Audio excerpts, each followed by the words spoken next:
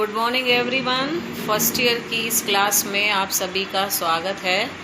First year के second part यानी Rajasthan history में आज हमारा टॉपिक है राजस्थान में ताम्र पाषाण एवं ताम्रयुगीन संस्कृति तथा लौह युग। इससे पूर्व एक छोटा सा टॉपिक है राजस्थान में पूर्व पाषाण एवं मध्य पाषाण संस्कृति।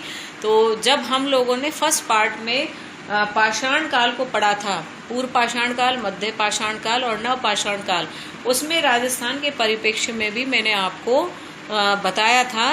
तो कृपया उसको एक बार आप दोबारा से देख लें और उसी के अंतर्गत बागोर की जो सभ्यता है उसके बारे में थोड़ा सा आप स्टडी करेंगे। अब हम बात करते हैं ताम्रयुगीन सभ्यता की। राजस्थान में ताम्र युग के अंदर जो सबसे महत्वपूर्ण सभ्यता यहाँ विकसित हुई थी वो थी आहड़ की सभ्यता। आहड़ का नाम आपने पहले भी कई बार सुना होगा, छोटी क्लासेस में पढ़ा भी होगा। राजस्थान के परिप्रेक्ष्य में ये बहुत महत्वपूर्ण सभ्यता यहाँ पर विकसित हुई थी। अब हम आहड़ की लोकेशन जाने, आहड़ कहाँ स्थित है। तो आहड़ का जो कस्बा है यह उदयपुर से, ये सभ्यता जो है लगभग 4000 वर्ष पुरानी मानी जाती है और इसका जो मुख्य बेस है वो है यहाँ से प्राप्त अवशेष या सामग्री। और जहाँ तक इसकी लोकेशन का बात है, आहड़ उदयपुर से 2-3 मील की दूरी पर स्थित है। आप सभी जानते हैं हमारे राजस्थान में झीलों की नगरी के नाम से उदयपुर को जाना जाता है और उसी से 2-3 मील की दूरी पर आहड़ नामक यह प्रसिद्ध कस्बा अवस्थित है, जहाँ पर इस आहड़ संस्कृति का उद्भव और विकास हुआ था। यहाँ से आप देखिए कुल मिलाकर जो प्राप्त खंडर हैं उनमें 1600 फुट लंबा व 550 फुट चौड़ा खंडर प्राप्त हुआ है। यह खंडर से अभिप्राय है कि ये जो संस्कृति यहाँ पर विकसित हुई थी अब उसके अवशेष जमीन में धसे हुए मिले हैं और जिसका कुल आकार 1600 फुट लंबा और 550 फुट चौड़ा है। इसके इस नाप के आधार पर हम ये जान सकते हैं कि ये संस्कृति जो है वो कितने बड़े क्षेत्र में विकसित हुई थी या इसका विस्तार कितना अधिक था। आहड़ का जो दूसरा नाम है वो है ताम्रवती नगरी, यानी इसे ताम्रवती नगरी के नाम से भी जाना जाता है। 10वीं और 11वीं सदी में इसे आघाटपुर या आघाटपुर कहा जाता था। स्थानीय लोग इसे धूलकोट के नाम से पुकारते हैं।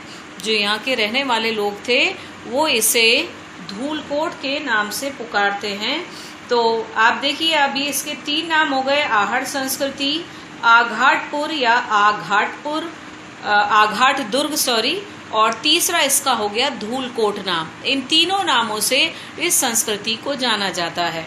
अब इस महत्वपूर्ण स्थल की जो खुदाई का कार्य किया गया या उत्खनन का कार्य किया गया वो प्रमुख रूप से सर्वप्रथम आप देखिए 1953 ईस्वी में प्रसिद्ध विद्वान अक्षय कीर्ति व्यास के नेतृत्व में उत्खनन कार्य का सर्वप्रथम कार्य हुआ था।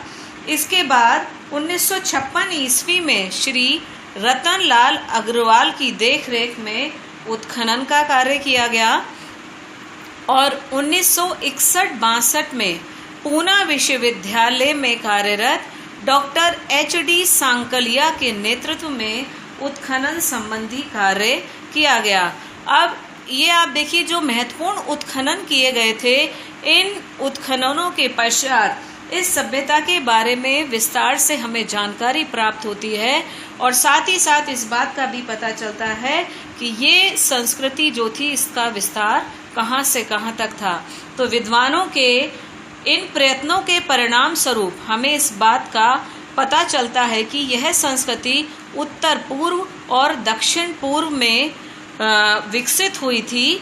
विभिन्न स्तरों में खुदाई का कार्य किया गया था, परिणाम स्वरूप यहाँ से महत्वपूर्ण सामग्री प्राप्त हुई। यहाँ पर विभिन्न स्तरों से अभिप्राय है कि प्रारंभ में ऊपरी सतह के उत्खनन का कार्य किया गया, फिर उसके बाद उसको और अधिक खोदा गया। तो इस तरह से एक के बाद एक विभिन्न स्तर जो थे, लगभग 8 स्तरों में यहाँ ये खुदाई का कार्य किया गया था, जिससे इस सभ्यता की विस्तृत जानकारी प्राप्त होती है। अब हम बात करते हैं इस सभ्यता के निवास स्थानों की। आप देखिए, जो हम लोग कालीबंगा सभ्यता के बारे में हम लोगों ने जब अध्ययन किया था, तो उसमें भी जो निवास स्थान थे उनके बारे में हमने पढ़ाई की थी। और उस अध्ययन से आप जब इस अध्ययन को कंपेयर करेंगे, मीन्स आहड़ के निवास स्थानों और सिंधु सभ्यता के निवास स्थानों के जब आप कंपेयर करेंगे, तो आपको काफ़ी हद तक कुछ समानताएं देखने को प्राप्त होंगी। सर्वप्रथम, आहड़ नदी के तट पर बसा हुआ आहड़ एक समृद्ध नगर था। यानी स्वाभाविक है, जब नदी के तट पर था तो ये नगर जो है वो आर्थिक दृष्टि से संपन्न रहा होगा, और इसीलिए ये नगर जो है वो समृद्ध नगरों की श्रेणी में आता था। पत्थर व धूप में सुखाई गई पक्की ईंटों से यहाँ पर मकानों का निर्माण किया जाता था। यदि आपको याद हो, सिंधु सभ्यता में भी कच्ची और पकी हुई ईंटों से निर्माण कार्य किया जाता था। इसी प्रकार से यहाँ भी पत्थरों के साथ साथ जो धूप में सुखाई गई पक्की ईंटें थीं, उनसे मकानों और भवनों आदि का निर्माण किया जाता था। इस निर्माण कार्य में जो मुलायम काले पत्थर हैं, उसका आहड़वासी सर्वाधिक प्रयोग किया करते थे। इसका संभवतः ये भी कारण हो सकता है कि यहाँ पर ये काले मुलायम पत्थर बड़ी संख्या में प्राप्त होते होंगे या बड़ी मात्रा में प्राप्त होते होंगे। जिस प्रकार से आप देखिए, सिंधु सभ्यता में मकानों का आकार छोटा व बड़ा दोनों प्रकार का था, उसी प्रकार से यहाँ भी जो मकान प्राप्त हुए हैं, मीन्स जो मकानों के अवशेष हमें प्राप्त मिलते हुए हैं, उसमें छोटे और बड़े आकार के मकान प्राप्त हुए हैं। बड़े मकानों का आकार 33 × 20 लंबाई यानी चौड़ाई के जो आकार था वो था 33 × 20, और इस आकार का सबसे बड़ा मकान यहाँ प्राप्त हुआ है या उसके रिमेन्स हमें प्राप्त हुए हैं।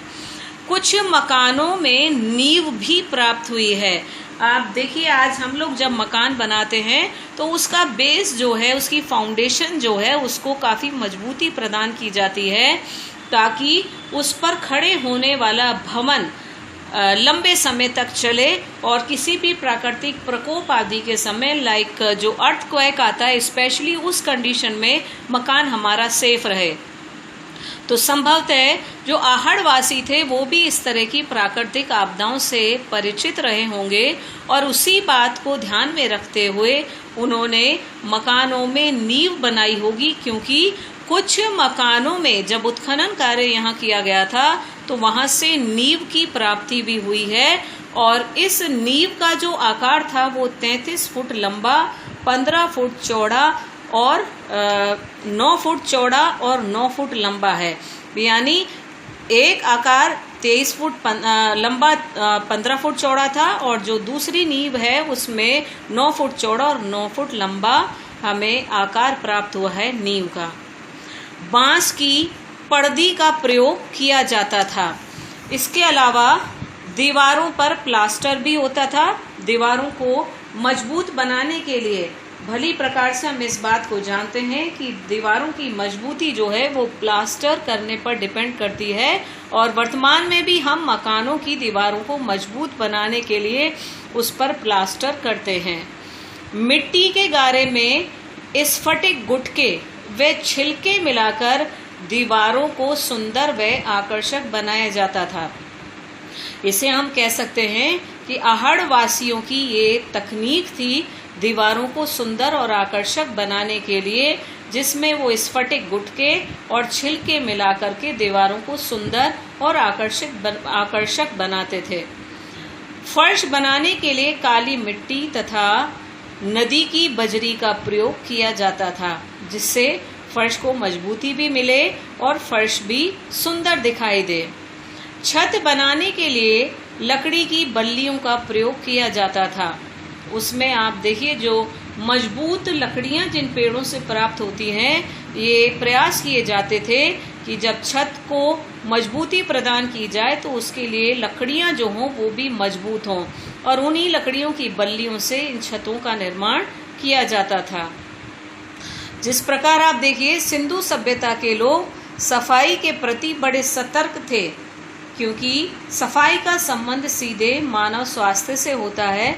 इसी प्रकार से आहड़वासी भी इस स्वच्छता के प्रति सतर्क रहे होंगे और यही कारण है कि गंदे पानी के निकास की उत्तम व्यवस्था आहड़वासियों के द्वारा की गई थी और इसके लिए उन्होंने सोक पिट्स का निर्माण किया था।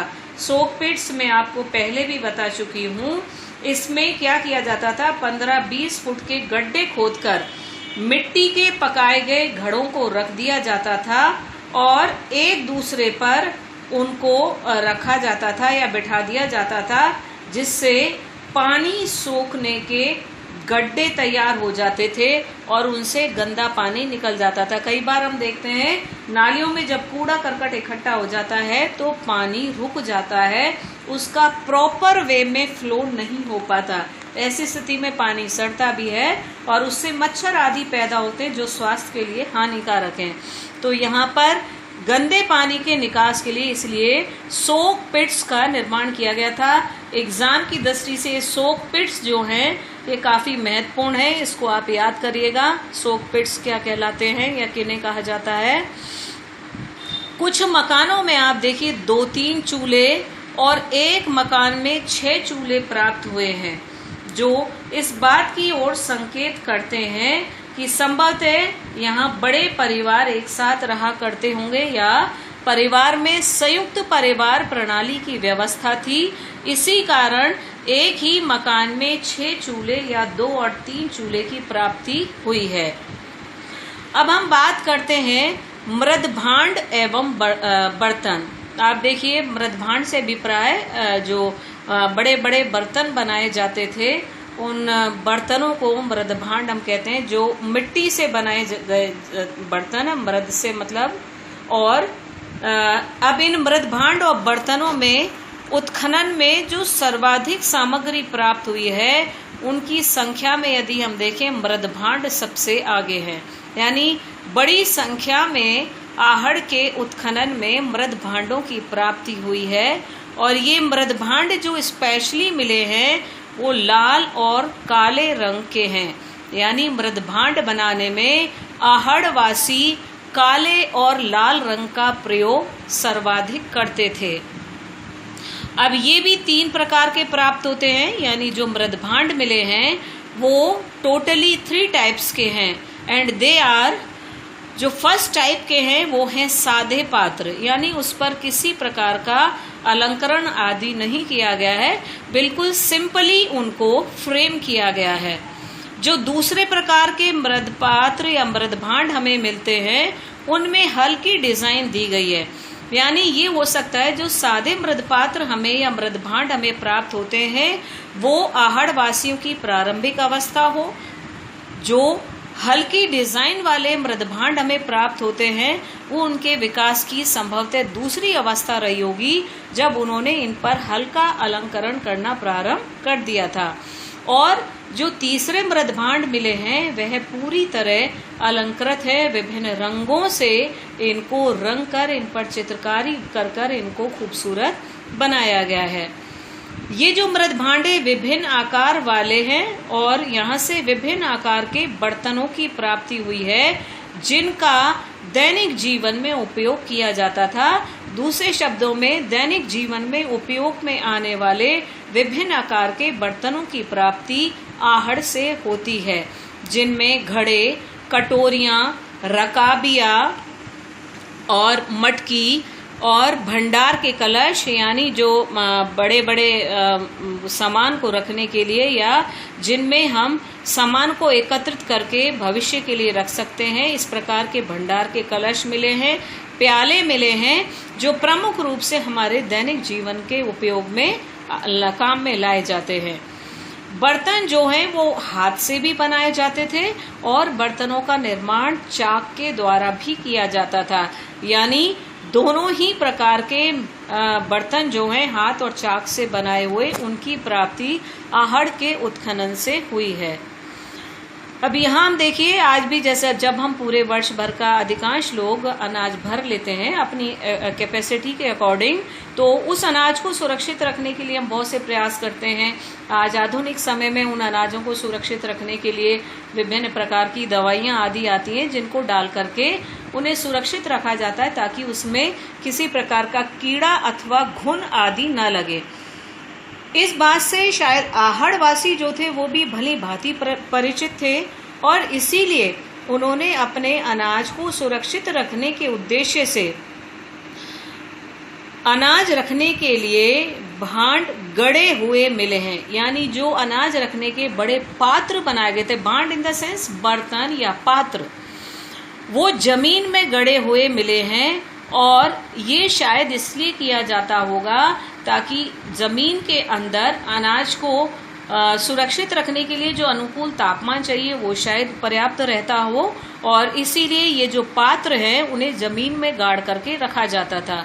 अब ये जो गड़े हुए भांड मिले हैं अनाज रखने के, इन्हें साधारण बोलचाल की भाषा में गोरे या कोट कहा जाता था। इसको भी आप एग्जाम के लिए विशेष रूप से तैयार करें, गोरे और कोट क्या होते थे। अब समझ में आया? अनाज रखने के भांड जो गड़े हुए मिले हैं उन्हें बोलचाल की भाषा में गोरे या कोट कहा जाता था। 2000 ईसा पूर्व से 1000 ईसा पूर्व में आहड़ वासियों के ईरान से संबंध के संकेत मिलते हैं। अब ये संकेत का जो प्रमुख आधार है वो किस रूप में माना जाता है? आप देखिए, यहाँ पर जो बर्तन प्राप्त हुए हैं, बर्तन बनाने का व्यवसाय काफी विकसित हो चुका था, जो इनकी समृद्धि का द्योतक था आहड़ वासियों की, और यहाँ से प्राप्त बर्तन ही इस ओर संकेत करते हैं कि इस अवधि में आहड़ वासियों का संबंध ईरान से रहा होगा। प्रसिद्ध राजस्थान के आधुनिक इतिहासकार हैं डॉक्टर GN शर्मा, या उन्होंने इस संबंध में लिखा है, यहाँ प्राप्त सामग्री अपनी विविधता तथा प्रचुरता में बड़े महत्व की है। यानी उत्खनन में जो सामग्री प्राप्त हुई है वो इस सभ्यता की समृद्धता को बताती है, उसकी समृद्धता की ओर संकेत करती है। यहाँ का कुंभकार, यानी जो मृदभांड बर्तन आदि बनाता था, that was known as Kumbhkar, इस बात में निपुण दिखाई देता है कि बिना चित्रांकन के भी मिट्टी के बर्तन सुंदर बनाए जा सकते थे। काटकर, छीलकर तथा उभारकर इन बर्तनों को आकर्षक बनाया जाता था और ऊपरी भागों पर पतली भीतर गड़ी हुई रेखा बना दी जाती थी, जिससे मृदभांड में एक स्वाभाविक अलंकरण उत्पन्न हो जाता था। यानी GN शर्मा जी की ये कोटेशन, उनका ये कथन इस ओर संकेत करता है कि सिंधु वासियों के आहड़ वासियों का जो कुंभकार था वह अपने मृदभांड या बर्तन बनाने की कला में पूर्णतः दक्ष था, और उसका यह विश्वास था कि सिर्फ चित्रांकन करना ही उसे आकर्षक नहीं बनाता, बल्कि उसके बनाने की जो कला है वो स्वतः ही उसको आकर्षक बना देती है। आज की इस क्लास में इतना ही। नेक्स्ट क्लास में हम इसी टॉपिक को आगे बढ़ाएंगे। तब तक के लिए have a good day to all of you.